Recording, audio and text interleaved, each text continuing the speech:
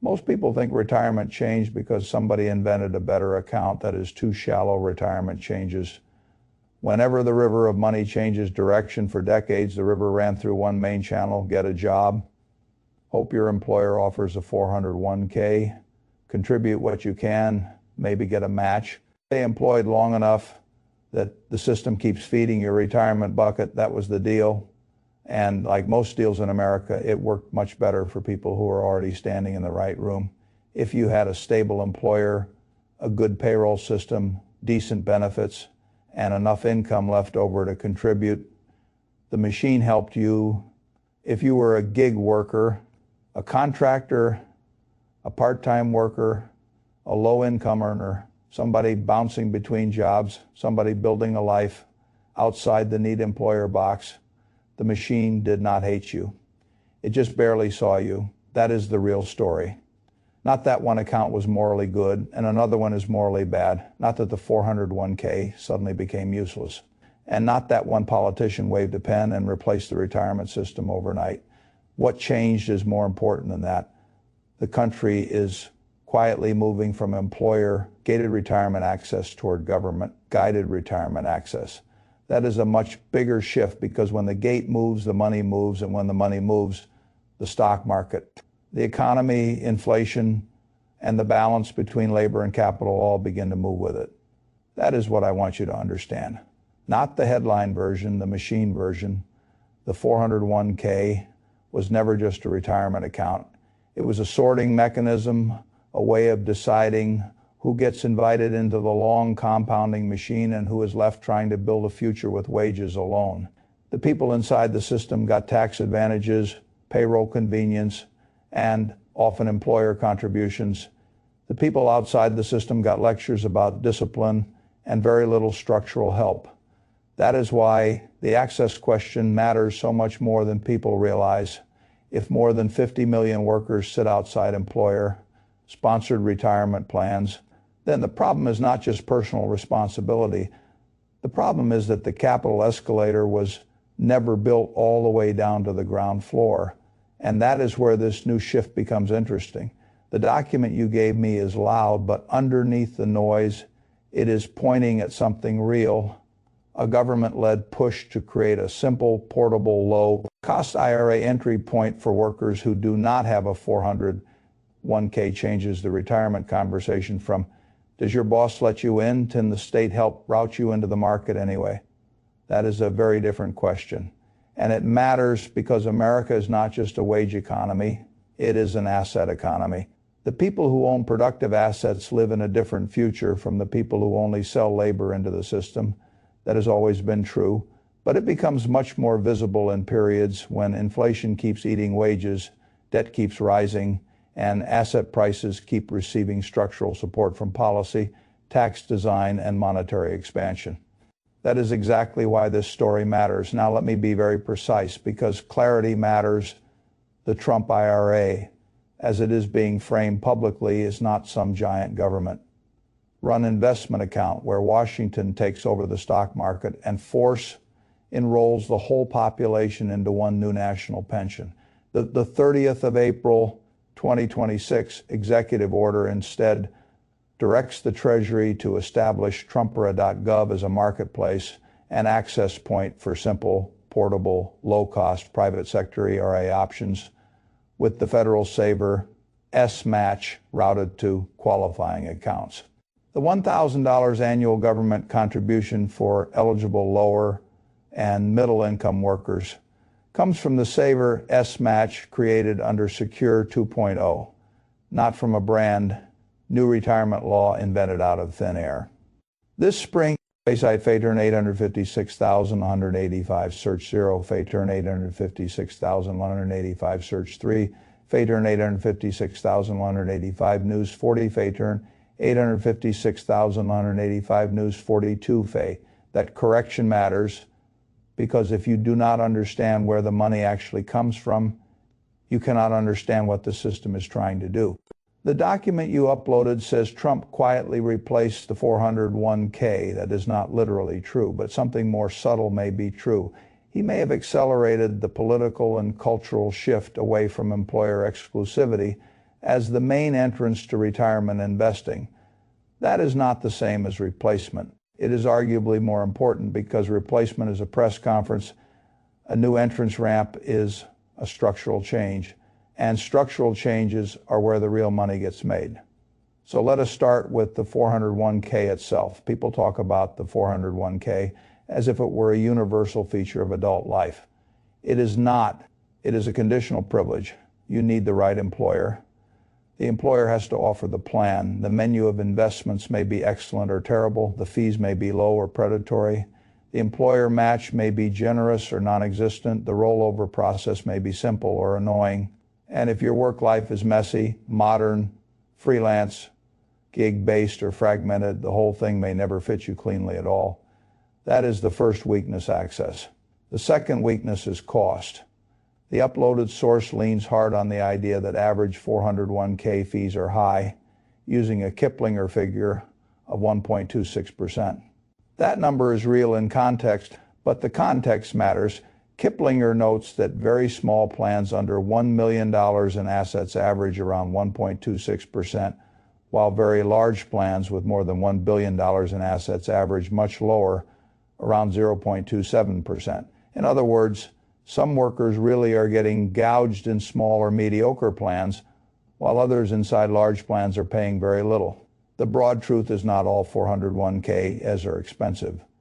The broad truth is many workers are stuck in plan structures they did not choose, and some of those structures are bad. Fay-Site, Fay-Turn, 856,185 search 2 Fay, that is enough to matter because over a 30-year compounding life, fees are not a rounding error. They are a silent transfer from your future to somebody else. S-fee schedule. A 1% fee sounds small when spoken quickly. It sounds criminal when multiplied by decades. If a person invests $500 a month for 30 years, and the difference between a low-cost fund and a high-cost fund compounds long enough, the final outcome can diverge by 6 figures, not because one manager stole a suitcase of cash, because friction compounds too. That is one of the darkest and least appreciated laws in finance. Compounding is not only your friend, it is also the friend of every drag, every leak, every silent fee, every structural disadvantage you tolerate for too long. That is why lower cost access matters. And that is why a capped fee retirement menu on a government-guided marketplace could matter a lot more than people think. Now let us look at the next piece, portability. This is where modern work humbles old retirement design. A 401k was built for a world where people stayed with one employer, or at least moved through a narrower set of long-duration employment tracks. Modern labor is noisier. People switch jobs more, they freelance, they drive, they consult, they stack income streams, they move in and out of self-employment, they take breaks, they build side businesses, they re-enter, they patch work together across multiple systems. That is not a flaw in the worker. It is the reality of the modern economy, and a retirement design that assumes stable employer continuity is simply less fitted to that world than it once was. That is why portability matters. A retirement account tied to the worker rather than the employer shifts the psychological center of the whole arrangement. You are no longer borrowing retirement access from your boss. You are carrying it with you. That sounds like a small improvement. It is not. It changes identity. The worker stops being a guest in somebody else. S-benefits architecture. The worker becomes the owner of his own capital pipeline. That matters. Now let us get to the emotionally explosive piece. The match. Everybody loves the match. And why shouldn't they? Free money feels like validation. An employer match is one of the few moments in ordinary financial life where the system visibly rewards good behavior. Put in $1, get some extra dollars. That is a beautiful incentive. It is also one of the biggest reasons workers cling to employer-sponsored plans even when the plan itself is mediocre, because the match feels impossible to refuse. That is why the government match matters so much, not because the government suddenly became generous in the abstract, because matching contributions are one of the strongest behavioral nudges in all of retirement design. The official structure here matters. Under the saver, S-match, lower, and middle. Income workers who contribute to qualifying accounts can receive up to a $1,000 federal contribution, with the benefit phasing out as income rises. Reuters and AP both note that the basic Trump IRA.gov rollout is designed to coincide with this 2027 Saver Smash implementation.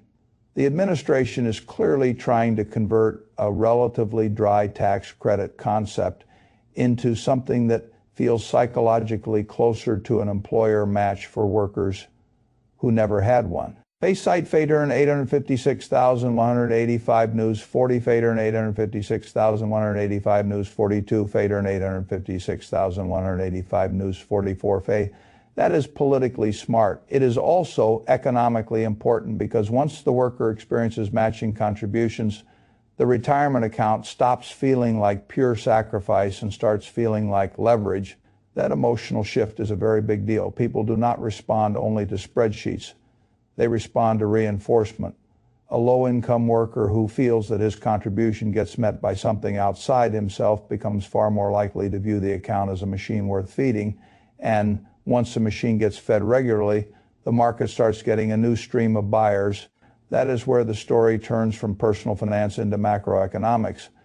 Most people still look at retirement policy as if it belongs in the same drawer as tax forms and benefits brochures. They are missing the larger point. Retirement infrastructure is capital market plumbing. The 401k was not just a worker benefit. It was one of the greatest stock market distribution systems ever built. Payroll money flowed automatically into funds. Funds bought equities. Equities got a steady river of demand. That river helped shape the entire modern American market structure. It helped make buy the index one of the most powerful strategies in middle-class wealth building. And it helped financialize the future by turning retirement into an endless bid for stocks and bonds.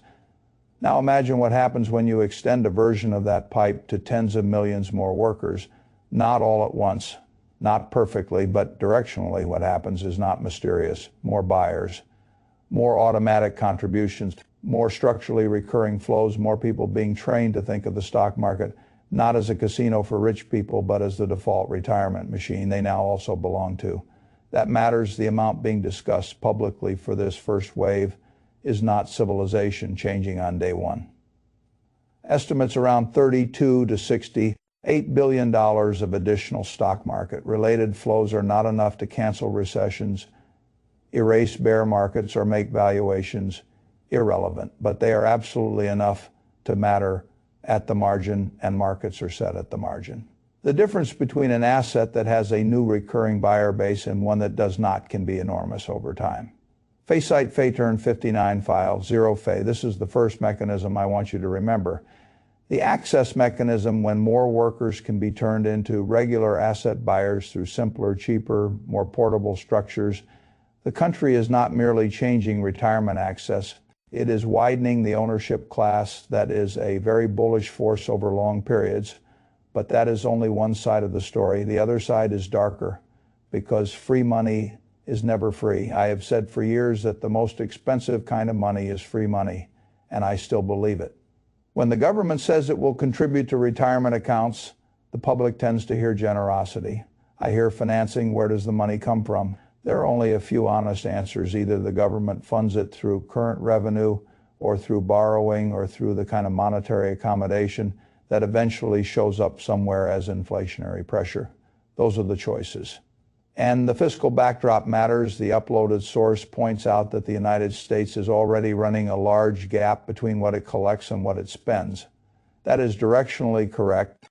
The federal government is deeply deficit financed, and adding any new recurring commitment matters because it sits on top of a debt structure that already needs constant borrowing. If retirement access is widened by adding another flow of public support, that support does not float in from heaven. It enters the system through the same debt and monetary architecture that already keeps the current fiscal machine alive. Facite Fayturn 59 file 0 Fay, that is the second mechanism, the inflation mechanism. If government support expands retirement contributions while the state itself remains structurally dependent on debt, then you are not just watching a retirement reform, you are watching a new channel through which public borrowing and future monetary softness can end up indirectly supporting asset prices. That matters because it changes who wins. The person living only on wages experiences the pressure first through a weaker dollar, stickier living costs, and a system that still feels unaffordable.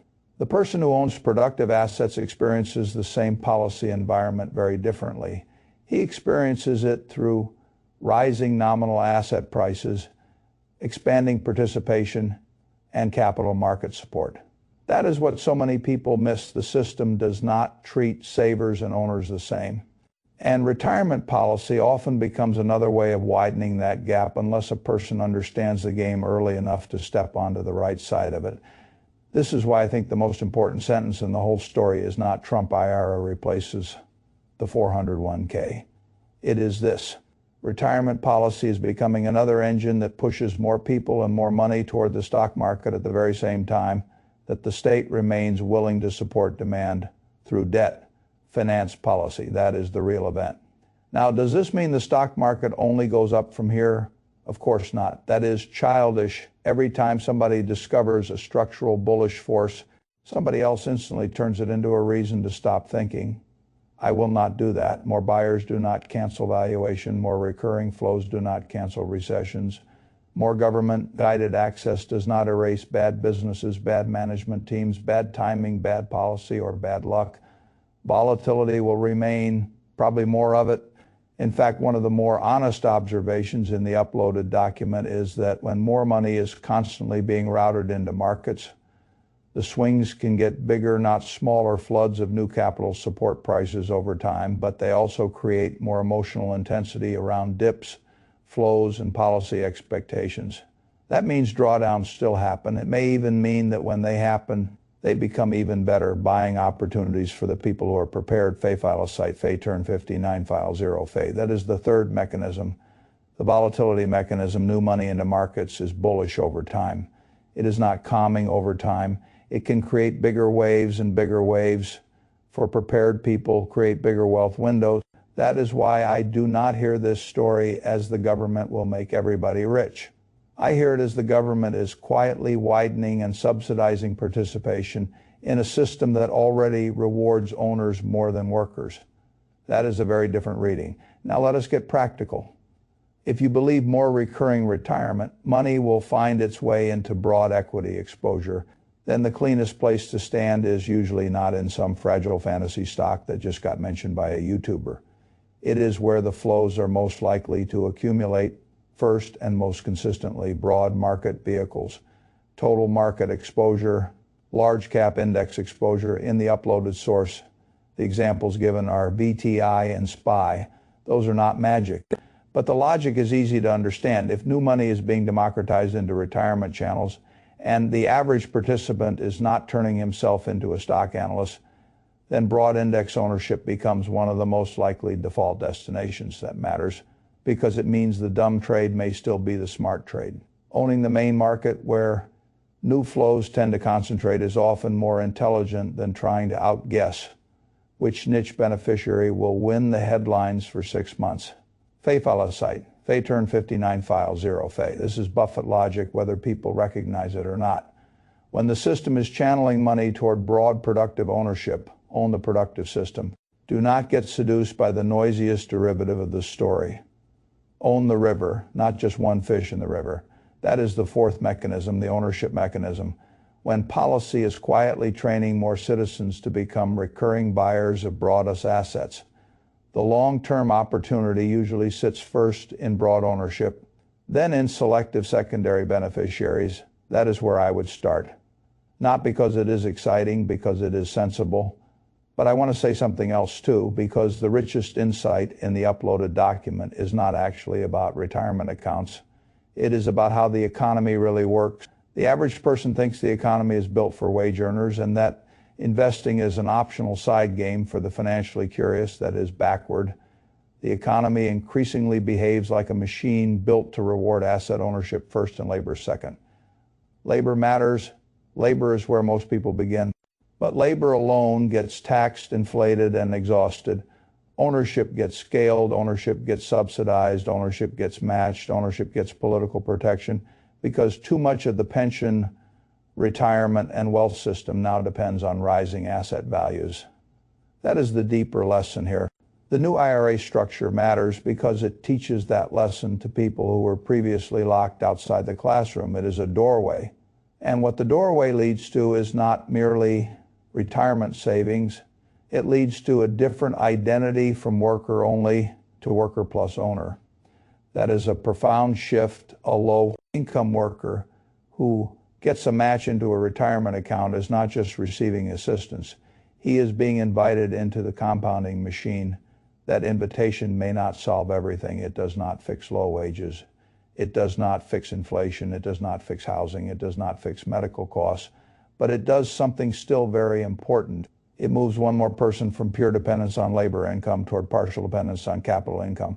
And once enough people make that shift, the country itself changes.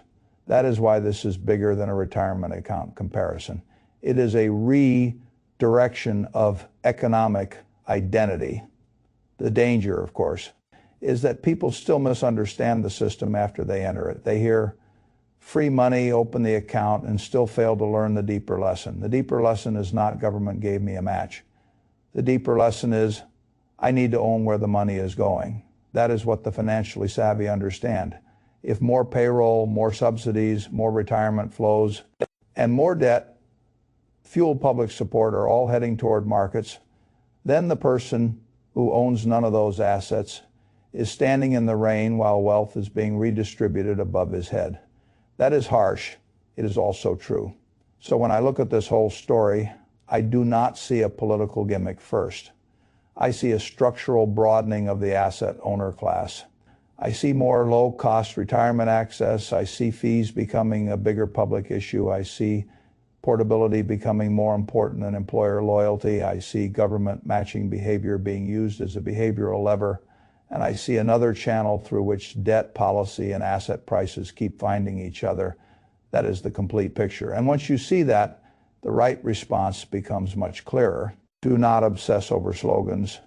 Do not obsess over whether one brand name of account is better in some tribal sense. Do not obsess over the politician. Obsess over the direction of money, because money direction is what changes systems. If the system is quietly moving toward broader participation in low-cost market ownership, then the people who understand markets and own quality exposure early will still have the advantage. That is what I would want the reader to feel at the end of this piece. Not partisan excitement, not partisan disgust, clarity. The retirement system is being widened. The stock market is likely to receive more structurally recurring buyers. The government will almost certainly help fund part of this with the same debt. Softened monetary world that keeps asset inflation alive, and the people who know how to own broad productive assets will still be the ones best positioned to win. That is the point. Not that the 401k died, not that one new website saves America, but that one more gate to compounding is opening. And in a country where ownership matters more than most people are willing to admit, opening the gate changes everything downstream. That is what I see, and that is why I pay attention.